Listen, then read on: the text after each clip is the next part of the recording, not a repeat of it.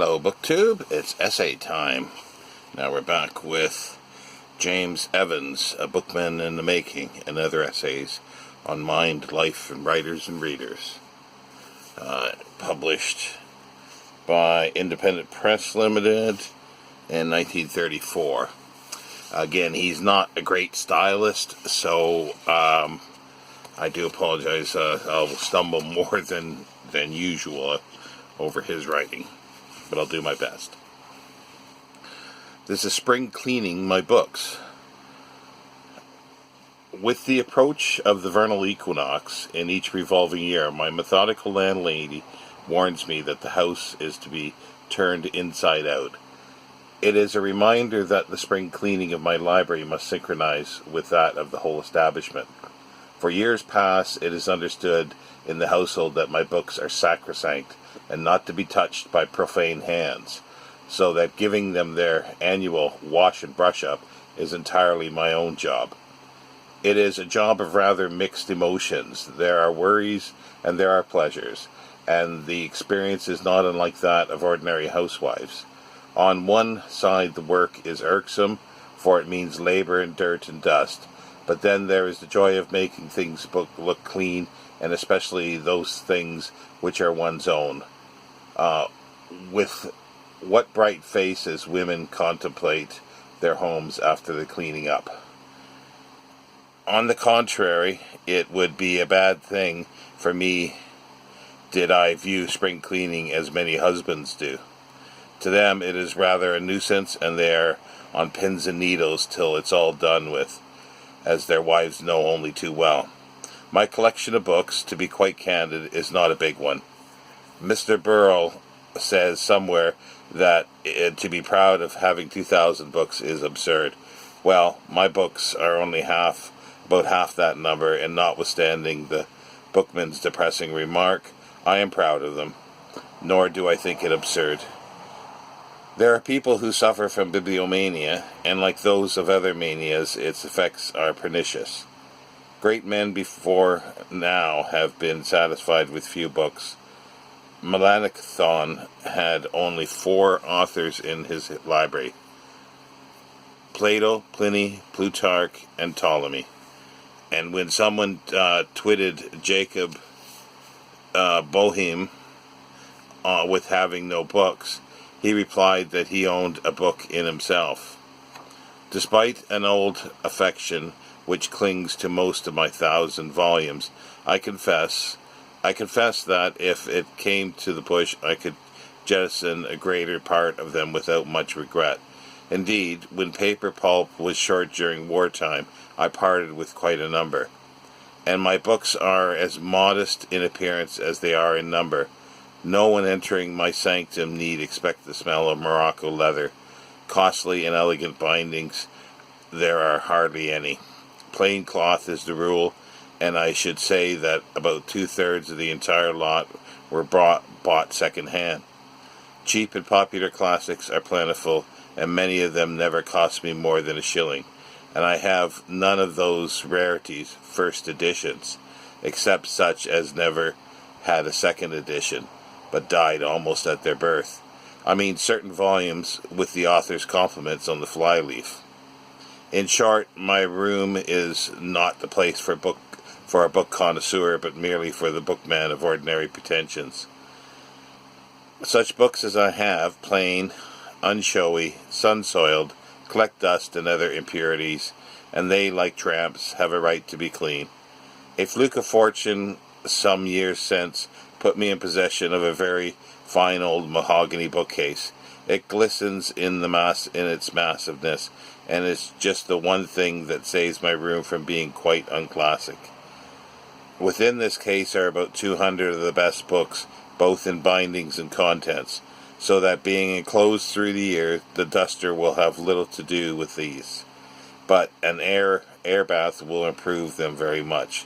The remaining 800 volumes are housed in an open fixture containing 8 shelves, so that they are pretty exposed to such things as try the patience of the book lover: dust, sunlight, spiders, flies, and even mice. And mentioning mice, they had a busy time of it during the late region of food economy. In one instance, though, a mouse exercised something like literary judgment. There was a sumptuous-looking book of some kind of poetry by a retired grocer at the corner of the second shelf from the floor. How it came into my hands I forgot, but it was stowed away into this obscurity. I had known there was a mouse nibbling at something between the shelves in the wall, but did not trouble about it till the last spring cleaning, when I found that the little rodent had wrought havoc on that very book. Mere accident, of course, but one might imagine that it had an instinct for destroying a book which had never a right to live. How annoyed I should have been had the mouse bitten into the volumes of my glorious edition of Shakespeare.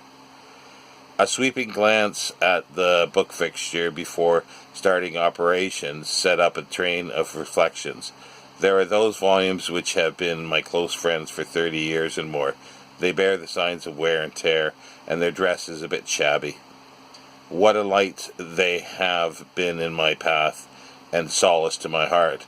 The roll of the years has borne witness to ever-increasing annexations, new purchases, having been prompted by some need or circumstances, many of them superseding their worthiness and out-of-date predecessors. As I look around, I see narrow gaps here and there, the work of borrowers. I wonder if those borrowed books will retrace their steps and reoccupy their apartments. I have my doubts. Why should the morality govern book property be different from the morality governing other properties? That there is a difference every bookman knows. Then this final reflection: how many spring cleanings again?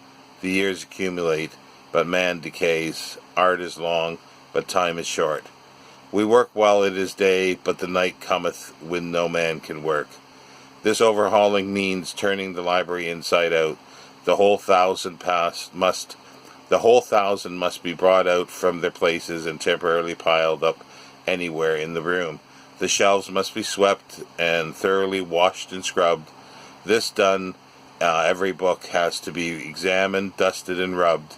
A long process. It is a process that awakens all sorts of memories and associations. Each volume has a history of its own. One remembers when and where and why it was bought. Some books are birthday gifts, others tokens of friendship. There is one for kind sympathy during my husband's illness. About a half a dozen are reward books, and they are examination prize books, not very many. Then, moreover, there are the learned books, with their marginal scores, notes, and queries, and footnotes galore. But of great interest are those volumes which I read in my early days: Candide, Voltaire, Don Quixote, Pickwick, Gulliver's Travels, Baron Munchausen, Pilgrim's Progress, Macaulay's Essays, and the rest. They are very much dog-eared, and the pages brown-soiled. They are as dear to me as the ruddy drops of my heart. I have blocks of theological books which mean no more today than a dumb memorial to bygone days. Their teachings are quite outworn, and most of their positions irretrievably obsolete. I keep them from mere sentiment. The same may be said of my scientific books and of my early college books. Their day is long done, but they are not discarded, for they at least recall the path one trod to the struggles of my early years. My library has come through this year spring cleaning. How bright and cheerful the books look. The gilt letters on their backs sparkle like eyes. They seem to feel as we do after a morning bath, freshened and invigorated. My joy in looking at them is more than the joy of a housewife looking at her spring-cleaned furniture. This annual sacrament of baptism is the least blessing I could administer to my guileless companions and never-failing friends. So there ends James Evans's Spring Cleaning My Books. I sort of find it funny that each of these writers He quoted, I think, twice now or three times Birrell, who I particularly like. And yeah, like Birrell is a bit bombastic there, saying, oh, you can't be proud of 2,000 books. Just be quiet about it. When you got 10,000, then you can speak about it. He meant that jokingly, but it is a bit bombastic. I do agree. But then he thinks, oh, that's absurd and all this, so he criticizes him. But then he turns around and says, oh, that book of poetry should never have had a life anyway, so it was okay that the mouse chewed it to bits.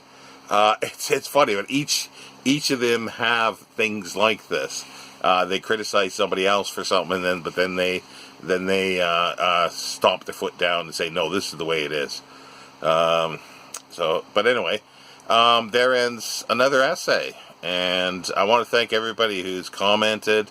When I started this, I didn't know where it was going to go, but there's seems to be quite a few listeners now. So it's not for everyone. I do understand that. So if it's not for you, then I don't know why you waited this long to hear this. But hopefully there'll be other things that will interest you as well. But for the essayists, I will try to continue as much as I can. Thank you, BookTube. Bye.